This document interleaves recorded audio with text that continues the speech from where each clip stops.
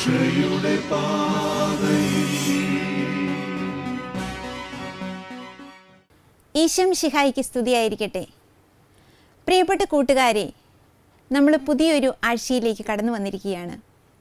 കഴിഞ്ഞ ആഴ്ച സിറോ മലബാർ സഭയുടെ പ്രേക്ഷിത പ്രവർത്തനങ്ങൾ, അതിൻ്റെ അടിത്തറ എന്താണെന്ന് നമ്മൾ കാണുകയുണ്ടായി. ഇന്ന് നമ്മൾ കാണുന്നത്, നമ്മൾ പഠിച്ചുകൊണ്ടിരിക്കുന്ന 8-ാമത്തെ അധ്യായത്തിൻ്റെ 2-ാം ഭാഗത്തിലേക്ക് കടക്കുകയാണ്. സഭയും ജീവകാരുണ്യ പ്രവർത്തനങ്ങളും. സഭയുടെ ജീവകാരുണ്യ പ്രവർത്തന മേഖലകൾ ഏതൊക്കെയാണെന്ന് നമ്മളിന്ന് കാണാൻ ശ്രമിക്കുകയാണ്. നമുക്ക് പരിശുദ്ധ പരമത്രിത്വത്തോട് ചേർന്നുകൊണ്ട് പ്രാർത്ഥനാ നിരതരാകാം. എല്ലാവരും കരങ്ങൾ കൂപ്പി കണ്ണുകളടച്ച് ദൈവസന്നിധിയായിരിക്കാം. ത്രിത്വിക ദൈവമേ, ഞങ്ങൾ ഒന്നിച്ചേർന്ന് അങ്ങേ ആരാധിക്കുന്നു. ഈ ഒരു ദിവസം അങ്ങ് ഞങ്ങൾക്ക് നൽകിയതിന് നന്ദി പറയുന്നു. തിരുസഭയുടെ വിവിധങ്ങളായ പ്രേക്ഷിത മേഖലകളെ കൂടുതൽ പരിചയപ്പെടുവാനും തിരുസഭയെ കൂടുതൽ സ്നേഹിക്കുവാനും ഞങ്ങളെ എല്ലാവരെയും അനുഗ്രഹിക്കണമേ. പരിശുദ്ധിയമ്മേ, സകല വിശുദ്ധരെ ഞങ്ങൾക്ക് വേണ്ടി പ്രാർത്ഥിക്കണമേ. ആമേൻ. സഭയുടെ ജീവകാരുണ്യ പ്രവർത്തന മേഖലകൾ ഏതെല്ലാമാണെന്നാണ് നമ്മളിന്ന് കാണാൻ പോകുന്നത്. ഇവിടെ കാണിച്ചിരിക്കുന്ന ചിത്രങ്ങളിലൂടെ തന്നെ നിങ്ങൾക്ക് മനസ്സിലാകും. നമ്മുടെ സമർപ്പിത വ്യക്തികളും നമ്മുടെ ഇടയിൽ നിന്നുള്ള അൽമായ വ്യക്തികളും നമ്മുടെ സഭയിലും ലോകം മുഴുവനിലും നടത്തിക്കൊണ്ടിരിക്കുന്ന സുവിശേഷവൽക്കരണത്തിൻ്റെ വിവിധങ്ങളായ മേഖലകൾ. പ്രിയ കൂട്ടുകാരെ, കഴിഞ്ഞ ക്ലാസ്സിലേക്ക് ഞാൻ നിങ്ങളെ ഒന്നുകൂടി കൊണ്ടുപോവുകയാണ്. എന്തായിരുന്നു സഭയുടെ ജീവകാരുണ്യ പ്രവർത്തനങ്ങളുടെ അടിസ്ഥാനമെന്ന് കഴിഞ്ഞ ക്ലാസ്സിൽ ഞാൻ പഠിപ്പിക്കുകയുണ്ടായി. പ്രിയ കൂട്ടുകാരെ, ഈശോ നൽകിയ മാതൃകയും ഈശോയുടെ പ്രബോധനങ്ങളുമാണ് നമ്മുടെ സഭയുടെ എല്ലാ പ്രവർത്തനങ്ങളുടെയും അടിസ്ഥാനം. എന്തൊക്കെയാണ് ഈശോ ചെയ്തതെന്ന് നമ്മൾ കഴിഞ്ഞ ക്ലാസ്സിൽ കണ്ടു അല്ലേ? ഈശോ തൻ്റെ പരസ്യ ജീവിതകാലത്ത് എല്ലാ മനുഷ്യരെയും സ്നേഹിക്കുകയും പരിചരിക്കുകയും അവരിലേക്ക് ദൈവത്തിൻ്റെ കാരുണ്യം ഒഴുക്കുകയും ചെയ്തു. അവിടെ നമ്മൾ ഒത്തിരിയേറെ അത്ഭുത പ്രവൃത്തികളെക്കുറിച്ച് കേട്ടു. കുഷ്ഠരോഗികളെ സുഖപ്പെടുത്തുന്ന ഈശോ, അന്ധനെ സുഖപ്പെടുത്തുന്ന ഈശോ, ബെത്സീദ കുളക്കരയിലെ രോഗിയെ സുഖപ്പെടുത്തിയ ഈശോ, പാപിനിയായ സ്ത്രീക്ക് മോചനം നൽകിയ ഈശോ. അങ്ങനെ വിവിധങ്ങളായ ഈശോയുടെ അത്ഭുത പ്രവൃത്തികളെക്കുറിച്ച് നമ്മൾ കാണുകയുണ്ടായി.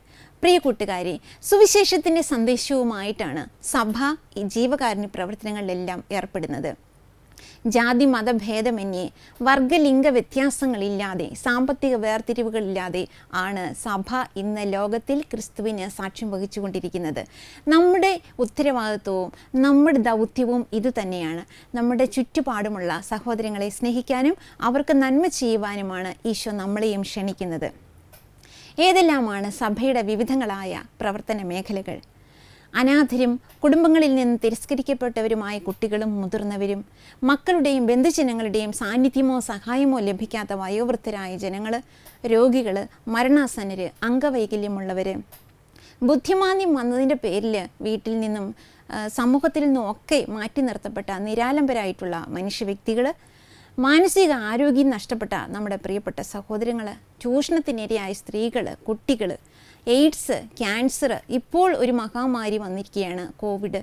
ഈ രോഗങ്ങളാലൊക്കെ രോഗബാധിതരായിട്ടുള്ള പ്രിയപ്പെട്ട സഹോദരങ്ങൾ, ദരിദ്രരായിട്ടുള്ളവർ, ഭവനരഹിതരായിട്ടുള്ളവർ, സമൂഹത്തിൽ അവഗണിക്കപ്പെട്ടവർ, നീതി നിഷേധിക്കപ്പെട്ടവർ, യുദ്ധം, പ്രകൃതിയിലെ മാറ്റങ്ങൾ, ദുരന്തങ്ങൾ മൂലം വിഷമിക്കുന്ന സഹോദരങ്ങൾ, ജയിൽവാസികൾ, ജയിൽ വിമുക്തർ, അവരുടെ ആശ്രിതർ, അങ്ങനെ ഒത്തിരിയേറെ മേഖലകളിലാണ് ഇന്ന് സഭ എത്തിപ്പെട്ടിരിക്കുന്നത്.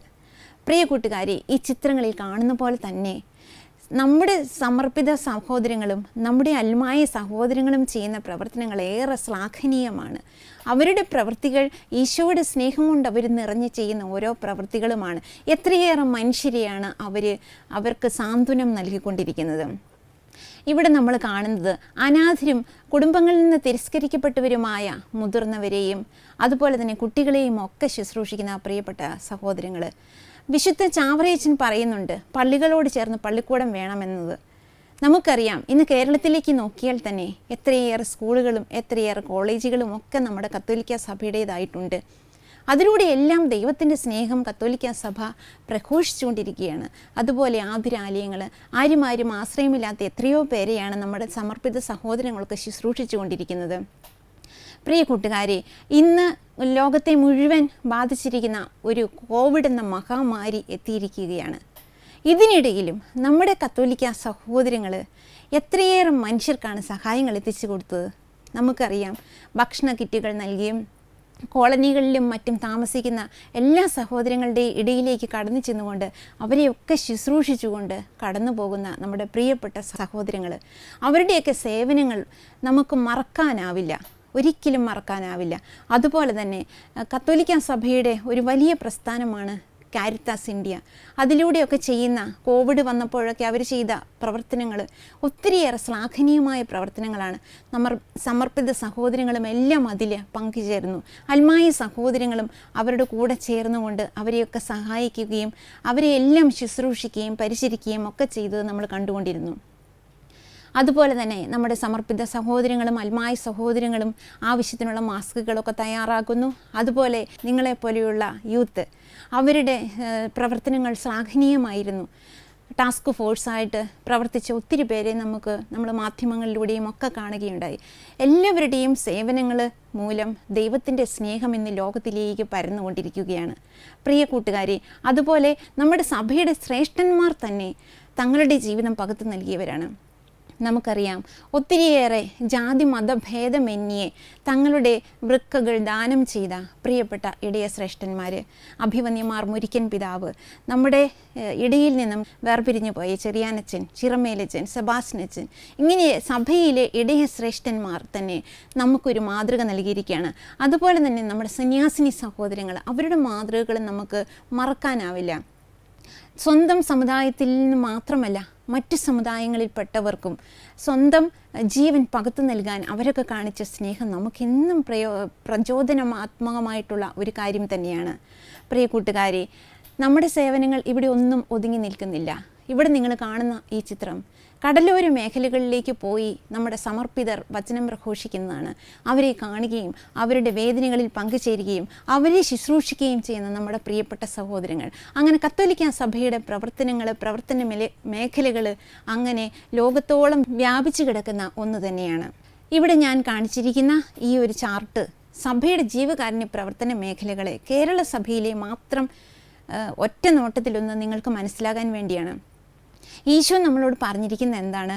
നമ്മുടെ ഒരു കൈ ചെയ്യുന്നത് മറ്റൊരു കൈ അറിയാതിരിക്കട്ടെ എന്നാണ്. പക്ഷേ നമ്മൾ കത്തോലിക്ക സഭയുടെ സന്താനങ്ങളാണ്. നമ്മൾ അറിയണം നമ്മുടെ സഭ എന്തുമാത്രം ശുശ്രൂഷകളാണ് ലോകത്തിന് ചെയ്യുന്നതെന്ന്. അതിൻ്റെ ഒരു ചെറിയ പ്രതിഫലനം എന്നോണമാണ് ഞാൻ ഈ ഒരു ചാർട്ട് പ്രിപ്പയർ ചെയ്തിരിക്കുന്നത്. നമുക്കറിയാം, സ്ത്രീകൾക്ക് വേണ്ടിയുള്ള ധാരാളം ഭവനങ്ങൾ കത്തോലിക്ക സഭയിൽ, കേരള സഭയിലുണ്ട്. 21 ഭവനങ്ങൾ സ്ത്രീകൾക്ക് വേണ്ടിയുണ്ട്. അതുപോലെ ദത്തെടുക്കപ്പെട്ടവർക്ക് വേണ്ടി, അമ്മമാർക്ക് വേണ്ടി, കുഞ്ഞുങ്ങൾക്ക് വേണ്ടി, ഭേദമാകാൻ പറ്റാത്ത രോഗങ്ങളുള്ളവർക്ക് വേണ്ടിയുള്ള ഭവനങ്ങൾ 5 ശിശുഭവനങ്ങൾ, കുഷ്ഠരോഗികളെ ശുശ്രൂഷിക്കാനുള്ള ഭവനങ്ങളൊക്കെയും നമ്മുടെ ഈ കേരള കത്തോലിക്ക സഭയിലുണ്ട്. അതുപോലെ കാഴ്ചയില്ലാത്തവർക്ക് വേണ്ടിയുള്ള ഭവനങ്ങൾ 2 കുട്ടികൾക്ക് വേണ്ടിയുള്ള ഭവനങ്ങൾ 400 കേരള കത്തോലിക്ക സഭയിലുള്ളത്. അനാഥരായവരെ ശുശ്രൂഷിക്കാനുള്ള ഭവനങ്ങൾ 14 പ്രായമായവർക്ക് വേണ്ടിയുള്ള ഭവനങ്ങൾ 250 കേരള കത്തോലിക്ക സഭയിലുള്ളത്. 16 പുനരധിവാസ കേന്ദ്രങ്ങൾ നമ്മുടെ ഈ കേരളത്തിലുണ്ട്. അതുപോലെ 122 സ്പെഷ്യൽ സ്കൂളുകൾ കേരള കത്തോലിക്ക സഭയിലുണ്ട്. പ്രിയപ്പെട്ട കൂട്ടുകാരെ, നമ്മൾ അറിയണം, 63 മാനസിക ആരോഗ്യ കേന്ദ്രങ്ങൾ കേരള കത്തോലിക്ക സഭ നടത്തിക്കൊണ്ടു പോകുന്നുണ്ട്. അതുപോലെ 26 പാലിയേറ്റീവ് കെയർ യൂണിറ്റുകൾ നമ്മുടെ ഇടയിലുണ്ട്. ഭിന്നശേഷി ഉള്ള സഹോദരങ്ങളെ ശുശ്രൂഷിക്കുന്ന ഭവനങ്ങളുണ്ട്. നിരാലംബരായിട്ടുള്ളവർക്ക് വേണ്ടിയുള്ള ഭവനങ്ങൾ, ക്യാൻസർ രോഗികളെ ശുശ്രൂഷിക്കുന്ന ഭവനങ്ങൾ, എയ്ഡ്സ് എന്ന മഹാമാരിയിൽപ്പെട്ട് വലിയുന്ന സഹോദരങ്ങളെ ശുശ്രൂഷിക്കുന്ന ഭവനങ്ങൾ, സാമൂഹിക പുനരധിവാസ കേന്ദ്രങ്ങൾ 55 നമ്മുടെ ഇവിടെയുണ്ട്. കൗൺസിലിംഗ് കേന്ദ്രങ്ങളും നമുക്ക് 5 വിശുദ്ധ മർക്കോസിൻ്റെ സുവിശേഷം 16-ാം അധ്യായം 14-17 തിരുവചനങ്ങളിലൂടെ നമ്മൾ കഴിഞ്ഞ ക്ലാസ്സിലും ഒക്കെ കാണുകയുണ്ടായി. ഈശോ നമുക്ക് തരുന്ന ദൗത്യം, നിങ്ങൾ ലോകമെങ്ങും പോയി എല്ലാ സൃഷ്ടികളോടും എൻ്റെ സുവിശേഷം പ്രഘോഷിക്കുവിൻ എന്ന ദൗത്യമാണ് ഈശോ നമുക്ക് നൽകുന്നത്. ഇന്ന് തിരുസഭ നമ്മിൽ നിന്ന് ആവശ്യപ്പെടുന്നത് മറ്റൊന്നല്ല, എല്ലാ സൃഷ്ടികളോടും സുവിശേഷം പ്രഘോഷിക്കുക എന്നുള്ളതാണ്. പ്രിയ കൂട്ടുകാരെ, എങ്ങനെയാണ് സുവിശേഷം പ്രഘോഷിക്കേണ്ടത്? വിശുദ്ധ ഗ്രന്ഥത്തിൽ തന്നെ പറയുന്നുണ്ട്, വാക്കിലും സംസാരത്തിലൂടെയുമല്ല പ്രവൃത്തിയിലും സത്യത്തിലുമാണ് നമ്മൾ സ്നേഹിക്കേണ്ടത് എന്ന്. പ്രിയ കൂട്ടുകാരെ, നമ്മുടെ ഇടയിൽ വേദന അനുഭവിക്കുന്ന പ്രിയപ്പെട്ട സഹോദരങ്ങളെ കണ്ട് അവരെ ആശ്വസിപ്പിച്ച് അവർക്ക് ആവശ്യമായ നന്മകൾ ചെയ്തുകൊണ്ട് കടന്നു പോകാനാണ് ഈ ഒരു ജീവിതം ഈശോ നമുക്ക് നൽകിയിരിക്കുന്നത്. ഈശോയുടെ ജീവിതത്തിലും ഈശോയെക്കുറിച്ച് പറയുന്നതാണ്, അവൻ നന്മ ചെയ്തുകൊണ്ട് കടന്നുപോയി എന്നാണ്. അതുപോലെ നമ്മുടെ ജീവിതാവസാനത്തിലും നന്മ ചെയ്തുകൊണ്ട് അവൾ കടന്നുപോയി എന്ന് പറയാൻ സാധിക്കണം. നമ്മൾ പഠിച്ചതിൻ്റെ എല്ലാം സംഗ്രഹം നോക്കിയാൽ നമുക്ക് അത് ഇങ്ങനെ സമാപിപ്പിക്കാം. ദൈവകാരുണ്യം യാചിക്കുകയും ചെറിയ ചെറിയ ത്യാഗങ്ങളിലൂടെ സമ്പാദിക്കുന്ന പണം സംഭാവന ചെയ്യുകയും ആതിരാലയങ്ങളും അതുപോലെയുള്ള മറ്റു സ്ഥാപനങ്ങളോടുമൊക്കെ ചേർന്ന് നിന്നുകൊണ്ട് സഭയുടെ ജീവകാരുണ്യ പ്രവർത്തനങ്ങളിൽ നമുക്കും പങ്കുചേരാം. നമ്മൾ കേട്ടിരിക്കുന്നത് ഭക്ഷണം, വസ്ത്രം, പാർപ്പിടം ഇവയില്ലാത്തവരാണ് ദരിദ്രര് എന്നാണ്. എന്നാൽ അങ്ങനെയല്ല കൂട്ടുകാരെ. ഇന്നത്തെ ലോകത്തിലേക്ക് നോക്കിയാൽ മാനുഷികതയില്ലാതെ, മാനുഷികതയുടെ അഭാവം മൂലവും സ്നേഹത്തിൻ്റെ അഭാവം മൂലവും സൗഹൃദത്തിൻ്റെ അഭാവം മൂലം സമയത്തിൻ്റെ അഭാവം മൂലമൊക്കെ വേദന അനുഭവിക്കുന്ന ദരിദ്രരായിട്ടുള്ള നമ്മുടെ സഹോദരങ്ങളെ കാണാം.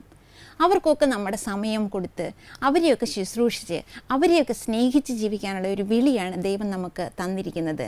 ജാതി മതഭേദമന്യേ എല്ലാവരെയും ശുശ്രൂഷിക്കാനും സ്നേഹിക്കാനും ഒക്കെയുള്ള ഒരു വിളിയാണ് ഈശോ നമുക്ക് തന്നിരിക്കുന്നത്. അതാണ് സഭയുടെ പ്രവർത്തന മേഖലകളെക്കുറിച്ച് പഠിക്കുമ്പോഴും അതിനെക്കുറിച്ച് നമ്മൾ കൂടുതൽ അറിയുമ്പോഴും സഭയെ നമ്മൾ കൂടുതൽ സ്നേഹിക്കുകയാണ് ചെയ്യേണ്ടത്. കാരണം അറിയാത്ത ഒന്നിനെ നമുക്ക് സ്നേഹിക്കാൻ പറ്റില്ല. അറിയും തോറും നമ്മൾ സ്നേഹിച്ചുകൊണ്ടിരിക്കും. സഭയെക്കുറിച്ച് നമ്മൾ ഈ 2 ക്ലാസ്സുകളിലൂടെയും കൂടുതൽ അറിഞ്ഞു. സഭ ചെയ്യുന്ന പ്രേക്ഷിത പ്രവർത്തന മേഖലകളെക്കുറിച്ച് കൂടുതൽ അറിഞ്ഞു. അപ്പോൾ നമ്മൾ എന്താണ് ചെയ്യേണ്ടത്? നമ്മുടെ ജീവിതത്തിലൂടെ കൂടുതൽ സഭയെ സ്നേഹിച്ചു കൊണ്ടിരിക്കണം. ഓരോ ദിവസവും സഭയെ സ്നേഹിച്ച് സഭയിലെ മക്കളെ ശുശ്രൂഷിച്ച് നമ്മുടെ ജീവിതത്തിൽ നമ്മൾ ദൈവത്തിന് മുൻപിൽ നമ്മുടെ ജീവിതത്തെ നമുക്ക് സമർപ്പിക്കണം. ഇപ്പോൾ നമ്മൾ കോവിഡ് എന്ന മഹാമാരിയുടെ പിടിയിൽ അമർന്നിരിക്കുകയാണ്.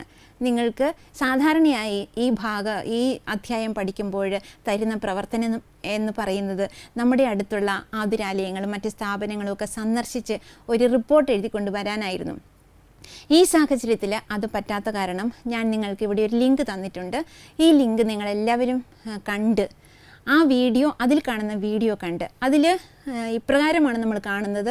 സാധുവായ മനുഷ്യനെ സഹായിക്കുന്ന ഒരു കുട്ടിയാണ് നമ്മൾ കാണുന്നത്. എങ്ങനെയാണ് ആ കുട്ടിയുടെ പ്രവർത്തനങ്ങളെന്ന് നമ്മൾ കണ്ടെത്തി അതിനെ വിലയിരുത്തി അത് അടുത്ത ക്ലാസ്സിൽ വരുമ്പോൾ നിങ്ങളുടെ അധ്യാപകർക്ക് ഒരു പേജിൽ കവിയാതെ ഉത്തരം എഴുതിക്കൊണ്ട് വരിക എന്നുള്ളതാണ് നമ്മൾ ഇന്നത്തെ പ്രവർത്തനമായിട്ട് നൽകുന്നത്. പ്രിയപ്പെട്ട കൂട്ടുകാരെ, നമുക്ക് ഒരുമിച്ച് പ്രാർത്ഥിക്കാം.